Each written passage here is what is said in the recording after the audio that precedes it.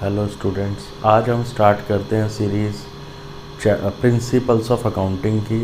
जो भी 80 मार्क्स का मिड टर्म होता है इसमें इसके क्वेश्चंस आने ही आने हैं। काफ़ी इंपॉर्टेंट टॉपिक है। तो आज हम स्टार्ट कर रहे हैं one of the important principle से, principle of conservatism. Principle of conservatism, इसे प्रूडेंस प्रिंसिपल भी कहते हैं। तो इसे जब हम माइंड में रखने का तरीका ये है, केस स्टडी सोल्व करने के लिए, don't be optimistic, be pessimistic. It is a policy of playing safe. What does it mean? अब हम वो देखते हैं। इस according to principle of prudence, ignore all anticipated profits but take into consideration all anticipated losses. इसका मतलब ये हुआ, अगर हम अपने बिजनेस को कंजर्वेटिव बेसिस पे चलाएंगे तो वो अनफेवरेबल टाइम्स में टाइड करेगा। मतलब अगर हमें ये लगता है, हमें मीन्स बिजनेस को, कि आने वाले फ्यूचर में कोई लॉस हो सकता है, तो हम उन सारे लॉसेस के लिए प्रोविज़न क्रिएट कर देंगे।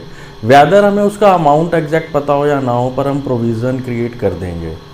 ठीक है। और अगर बिजनेस को ये लगता है, if business feels that there is some profit in near by future, ignore it. तो आने वाले फ्यूचर में अगर कोई प्रॉफिट हो रहा है तो उसे बिज़नेस इग्नोर कर देगा। इससे होगा क्या? इससे होगा ये कि हमारा बिज़नेस जो है वो थोड़ा सा स्ट्रिक्ट बेसिस पे चलेंगी बुक्स, बिज़नेस हमें थोड़ा टाइट दिखेगा, पर अनफेवरेबल टाइम्स में, जब बिज़नेस कंडीशंस अनफेवरेबल होती हैं, तो सर्वाइव करेगा। प्रिंसिपल का ऑब्जेक्टिव ये है। अब पेपर के पॉइंट ऑफ व्यू से बात करते हैं, पेपर में क्वेश्चन कैसे आएगा। एक तो डायरेक्ट क्वेश्चन होता है कि प्रिंसिपल ऑफ कंजर्वेटिज्म आप बता दीजिए, तो उसमें केवल इतना ही लिखना है हम लोगों को, ignore all anticipated profit but take into consideration all anticipated losses near by in future. Because of this it is a policy of playing safe. Because of this principle, provision for doubtful that is created. 2-3 number के question के लिए इतनी line काफ़ी है। अब आया case study. जब paper थोड़ा टफ लगता है बच्चों को, तो उसमें सबसे पहले हमें देखना, केस स्टडी में इसकी 2 बड़ी प्रोमिनेंट केस स्टडीज़ हैं।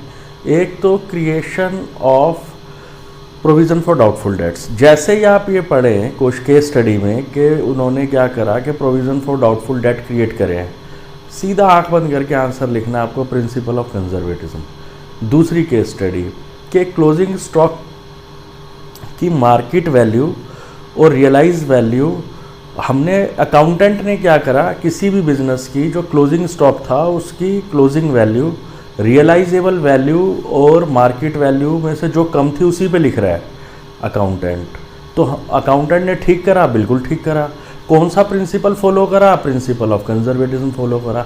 या इसी केस स्टडी को थोड़ा उल्टा करके देखते हैं कि एक अकाउंटेंट है XYZ कंपनी का, उसने क्लोजिंग स्टॉक को, मार्केट प्राइस हाई था क्लोजिंग स्टॉक का, उस पर लिख दिया, उस पर रिकॉर्ड कर दिया। क्या अब अकाउंटेंट ने ठीक करा? बिल्कुल ठीक नहीं करा, गलत करा।